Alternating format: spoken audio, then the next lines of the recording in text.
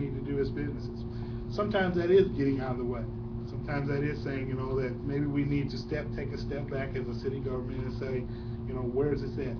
My biggest thing as the next mayor, the next opportunity for mayor would be to say that I have an open door policy. Whatever you want to talk to me about, we're here for that. If I need to come to you, if you need to come to me, whether it be AM, PM, Saturday, Sunday afternoons, or anything of that nature, because I believe in developing that relationship and having those communication lines going.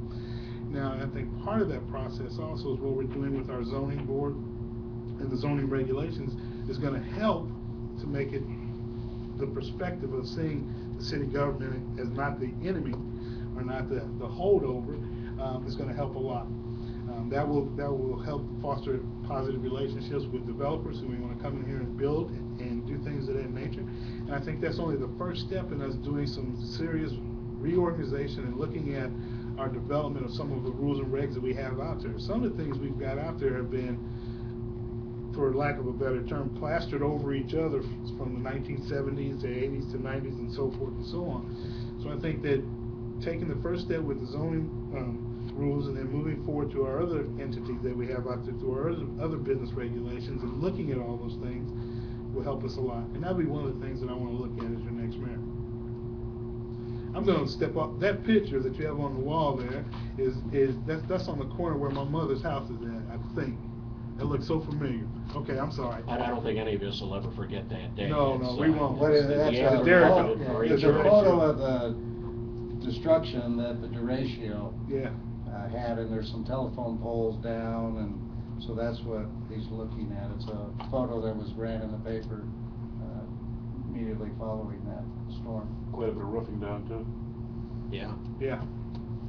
Okay, I'm sorry. Got off a little straight. That reminds me of that time and that opportunity and everything and going on, how we pulled together as a city and did some great things to get us where we needed to be at. Well, talk a little bit about crime. You've said that you think we have an excellent police force and an excellent fire department. Why is crime still a problem, and what more can be done? I think some of that has to do with the citizens' perspective of the crime in the area and the citizens' perspective of the police department as a whole. Let's be honest, 9 times out of 10 when you see a police officer, you have a negative connotation with that individual coming to you because he's going to come to arrest you or give you a ticket or something along that lines. 9 times out of 10 when you see a fire officer, you say, okay, he's coming to save my house, he's coming to save my property, he's coming to save my cat out of the tree, so you feel a lot more familiar with that. I think we need to get back to a lot more of community policing. I think we need to develop ways for the chief of police and his officer and his staff to be there whenever and however possible at community events and things of that nature. And the mayor needs to be that linchpin also, because I think that a lot of people are, and let's not be totally unrealistic. Our police officers have lives, they have family, they have things to take care of too. But I think that we need to develop our relationship with them so that they can see that Carbondale is not only the place that they work in, but they want to live here, they want to be here, and we need to make that happen. I think when you have that type of development going on at the police force level, you'll have better opportunities for relationships to develop where residents will not feel so negative toward police officers. You'll also be able to develop more opportunities for one-on-one conversations to happen that will lead us to the individuals that foster crime in our city. And I think that one of the things that if we delved into a lot of the things that happen in our city as a crime level, a lot of these people don't live here. They're transient individuals who come in, whether it be on a weekend to quote-unquote party at SIU Party School, or whether it be as an opportunity just driving through. So I think we need to continue to foster those relationships where we have eyes and ears out there in the community, where those relationships are developed and those people want to commit to saying that if they see something happen, they'll report that to the police department.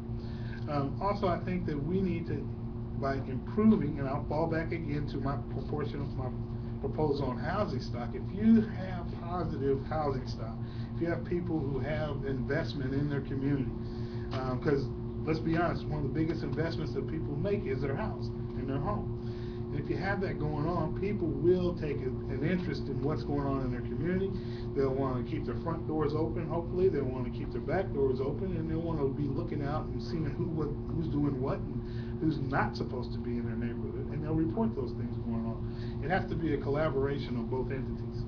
I think you make a good point about a housing investment being a crime deterrent. And I also like what you've said about having police officers live in neighborhoods in the city. The plain fact is that many officers do not live in the city of Carbondale. They can live as far as 15 miles away. Correct. And I'm wondering what the mayor should do to encourage them to live in the city. Should we have a residency requirement? Are there financial incentives? How do you make it happen? Because I think it's a good idea. Well, I think all those options need to be explored. I think that we need to try and when we go out to recruit officers to come to work for us, we need to make that part of the process to say that we want you to live here in town. And yes, we have good parameters that within the contract that says you can live, X number of miles from the city, but we want you to take an investment in the place that you live and work in.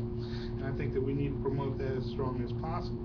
I think that exploring all the options, whether it be through the financial means or whether it be through, just trying to get them to invest in a house themselves or their family themselves, and it has to be looked at. Nothing's off the table. Talk too about, and there'll probably be some follow-up questions on this, but what's the proper relationship between the city of Carbondale and Southern Illinois University Carbondale? And was the line crossed on Saluki Way? No, I don't believe the line was crossed on Saluki Way, and I say it because of this. Again, being on the council, that was one of those things that we voted on, we talked about, and I looked at it in a bigger scope of things, and I'll go this way. I live in Carbondale, as you all well know, but I also work for a corporation that has several places here in the Southern Illinois area. One of the places I'm currently established at and working at is in the DuQuoin area. So I travel Route 51 north and south of just about every day, and I see the individuals that drive back and forth. And it amazed me the number of vehicles and the number of people that don't live here in Carbondale or in this area, but work at Southern Illinois University or SIH or wherever it may be, their scope of working, and that we had an opportunity and continue to have that opportunity for investment on a wider scope. When you asked your question earlier about sales tax, that was one of the things that we looked at as far as, everybody that comes into town. This town bulges to about, an additional 20,000 per day, roughly, when, school's in session and people are coming to work and so forth and so on. So that ability for people to get those monies and those sales tax dollars from that was what I looked at and saw. That not just the residents of Carbondale would be supporting Saluki Way, but it would be a collaboration of everybody from the Southern Illinois area. And I still believe in that. I think it's been a good thing for us as a building process, as a recruitment tool, as an investment for the university, because when a lot of people would just say, well, it just supported athletics. Well, you know what? When people see investment in the community through building and through improvement of the facilities at a university, they have a tendency to look at, I might want to bring my child here to go to school because this school is taking that structure and improving upon it and making it look good. So those are a couple of the reasons of why I did vote for that and why I think it's still a good thing to be there. Is it an example of something that further partnerships that might exist between the city and SIUC, or? I think it's an example. It's a small example of what you've seen the city do as a whole. You have to remember, if you step back a little bit, the city of Carbondale made that same type of investment with the high school. When we put on a quarter-cent sales tax for the improvement of the high school, when it first went out to the east side of town. So we've done that. That may be a smaller scope that people may not remember, but we've done that as a whole, going through the whole entire process. So I think it's just a continuation of where we started at with the high school and then moving on to the university. And how critical is SIU to Carbondale? SIU is about as critical as you can get because it's the largest employer here. It's going to continue to be the largest employer. We're not going to get, well, I won't say not. I'll never say never, but it's highly unlikely that we're going to have a 500-person plant be dropped in our laps. I mean, companies don't look at that anymore. We have the infrastructure to handle that, but we don't have the cities. We don't have the streets. and we don't have the superhighway and things of that nature. So I mean, the best we can expect on something like that is that they move over to Marion, and then our residents will travel that distance to go to work. So I think that we need to continue to foster positive relationships with SIU. However, I'm not to say that we don't need to every once in a while be told the truth and be critical of each other, and to let each other know that how we're feeling, because that's how good relationships are developed, and that's how good relationships maintain. Every once in a while you have to tell the person the truth, and you must tell the person the truth if you want to be successful. Well, let's go back a little bit to the financial picture facing the city. Carbondale's comparatively healthy financial-wise, and that reflects on what the council has done and what the past mayor has done, and that's all well and good. You mentioned changes in pensions, and the council reimposed the property tax to meet the pension obligations.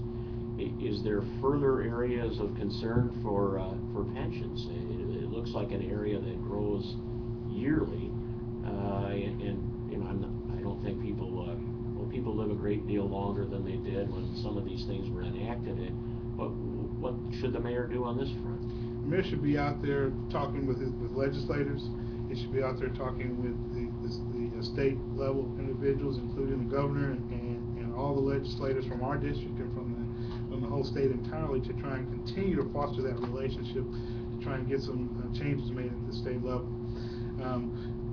Pension funding is one of those unfunded mandates that we get thrown at as a city regulation, and unfortunately, no, I won't say unfortunately, but as a positive role, the city of Carbondale has never defaulted from our pension obligation for our staff, and that's a good thing.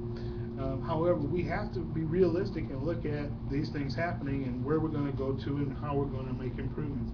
And I think that Mayor Cole has done a great job being involved at the state level and through the Illinois Municipal League and other entities to that nature to try and get us to where we need to be at currently. I think the next step will have to happen with the next mayor and through his collaborations through other entities to try and keep us where we need to be at and move us forward, so that, you know, everyone deserves a pension at the end of the day. Don't get me wrong, I'm not saying that we shouldn't, because I think that that's what people work for, and that's part of the process that they think that they're guaranteed, and we should be having that.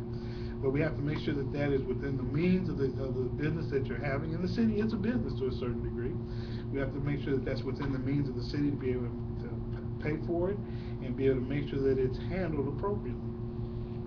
What kinds of things would you recommend as mayor? Would you pursue something like a two-tiered pension system, or new hires they have to work till 65 and contribute more, et cetera, et cetera? Those are some of the scopes that I like to see out there. I think the two-tier pension process is a good deal going on there. I think also that looking at the age limitation or the age restriction is something that we need to look at, and trying to foster that relationship with our state legislators so that they can see, you know, where we're at in that respect. I think also looking at years of service and the level of years of service that a person has with the organization should also be invested in and looked at too. One of the things that you can control directly as mayor, or at least point the city in the right direction, is the kinds of things that get invested in. What do you think about what happened with the Stadium Grill? Where were you at on that? Was that a bad move for the city? Not as a whole. It was an opportunity for investment that we had to try and take for that area. I think with the TIF district that was built down there, and with the city's grant process for development of that area, it was a good, you know, first chance.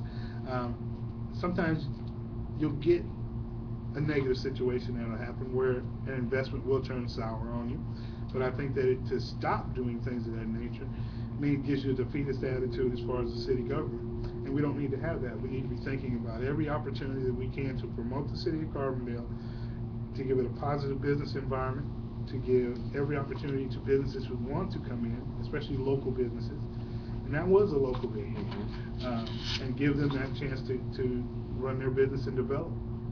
You voted for it, didn't you? Yes. And how heavily did you look at their business plan before you voted? We didn't have a total scope of everything that they had going on.